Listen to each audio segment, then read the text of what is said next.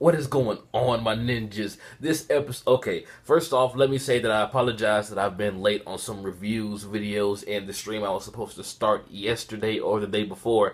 Some things have happened and I did not make it home until late last night, but I'm glad I did because I get to review this episode. This is got to be the best episode of Naruto Shippuden history, simply because we see the beautiful Hinata Hyuga with the fucking Rinnegan. I mean, she looks so fucking badass. Just imagine if all these characters really did have the Rinnegan after all this, like they got to keep it. But Madara, Uchiha Madara, for the motherfucker win. Throughout this entire series, he is the one. He's the one villain that actually got what he wanted. Everyone is fucked up besides Naruto, Sasuke, and Sakura, and, you know, the Edo Tensei and whatnot. I'm not sure what Minato can do since he doesn't have any arms, but Madara Uchiha, man, this guy, and I don't know what it is about this episode, but he seemed more badass. Like, I don't know if it was just the animation around him, but just his face, his facial expressions, like how he moved, his voice. He just seemed a little bit more badass. Like, he looks better than he has in the previous episodes, if that makes any sense. Tell me if you noticed that. But he looked really, the animation on him looked really crisp and nice. But I mean, the infinite Tsukyomi is active, man. I cannot believe you finally got here. I've been waiting for this episode for a while. And that tree that he summoned to kind of, you know, connect everyone to the life force of the God tree, that shit, when you think about it, it's all over the world. So for Madara to be able to summon that, he has to be on some OP levels to be able to summon a tree and have it attach itself to every single human being, because I'm pretty sure it's not just around the village, because I mean the infinite Tsukyomi is supposed to take place throughout the entire world, but just saying everyone with the Rinnegan. But hold on.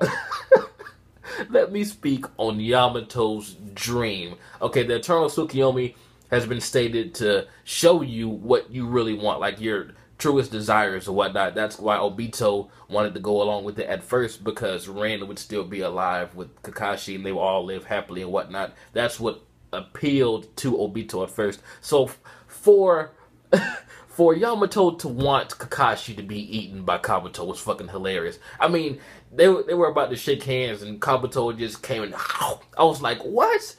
I actually rewound that part like at least 3 times because it was just so out of the blue. I literally busted up laughing. But I mean, he just wants to be accepted, and he secretly wants to be the leader of Team 7, and he wants to get out of the Anbu, which, I mean, you can't really blame them because that is some dirty work that they do over there. So I think it went on a little bit longer than it should have, but I kind of appreciate it since we haven't gotten any Yamato action since basically the beginning of the war. Like, I think it's a nice touch that when Sasuke popped up, he used the Chidori stream, which was the last thing that Yamato saw him do. So I thought that was pretty cool. But that just makes you think, like, damn, he has not seen Sasuke in a while. He has not been in the picture at all in a while. So it was nice to see him. And the fact that the Swirly Zetsu was just using him to enhance the wood powers, it's kind of genius. And I'm pretty sure a lot of people already predicted that Yamato was the one in there. But next episode, boy oh boy, all about the 10-10.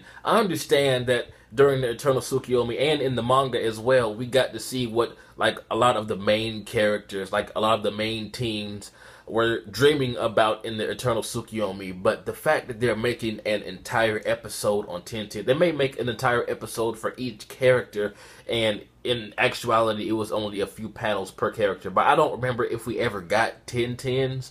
Correct me if I'm wrong. In the manga, I only remember, I think it was Hinata, Lee, Kiba, a few others that I can't remember, but I don't know if 10-10 was involved in it. So maybe that's why they're making this filler about her. And, you know, hate it or love it, it's kind of clever for them to put a filler here because, I mean, they can do a lot of epic things like what if scenarios, especially since, you know, people are thinking about what they truly want. So this is the animation team's chance to give us some epic stuff, although it doesn't really look all that epic from the preview. It looks like it's going to be funny, it's going to be a good watch, but nothing serious, nothing legendary. Maybe, I don't know. I mean, it is about Tenten. Tenten has been confirmed to be the best Naruto character ever. She can defeat Madara all by herself if she really wants to.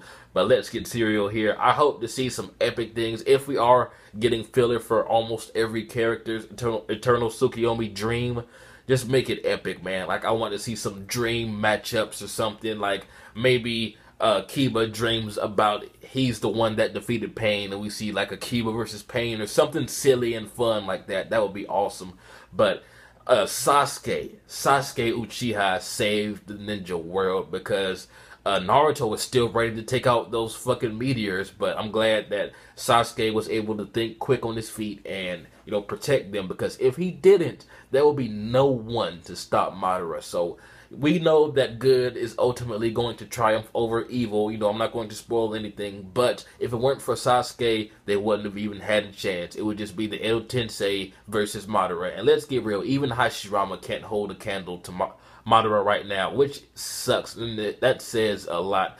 But Sasuke Uchiha is the savior as of right now. Naruto is Jesus, so I guess that makes Sasuke God, and I guess that makes Madara, I don't know what that makes Madara, but he's just the big dick God. How about that? But this episode is a deviant art paradise. I mean, we got to see Sai with the Rinnegan, Choji, some random people. I mean, do you understand how many fan arts there are of random Naruto characters with Rinnegan? Here you go. This is exactly what you wanted. But this was a pretty dope episode. Like, I've been waiting for this for a while, and I love the fact that a villain is winning as of right now anyway, and he didn't get taken out before he achieved his goal. I mean, because this is his goal. All he has left is Naruto, Sasuke, and Sakura, and he's pretty much, you know, game for the rest of his life.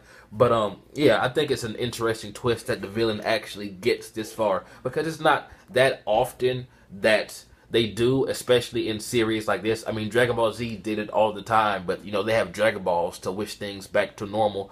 And the thing with Pain, everybody got brought back to life, but other than that, no other villain has really gotten this far in their plans. But tell me what you guys thought about this episode, man. I'm so hyped to get back to the canon. I mean, next episode looks interesting. I cannot wait to see what Tenten dreams about and whatnot, but it's not exactly what I wanted to see after this epic episode. But I mean, I'll take it. But anyway, this has been jbDAuchiha. Like, comment, subscribe, and I'm out.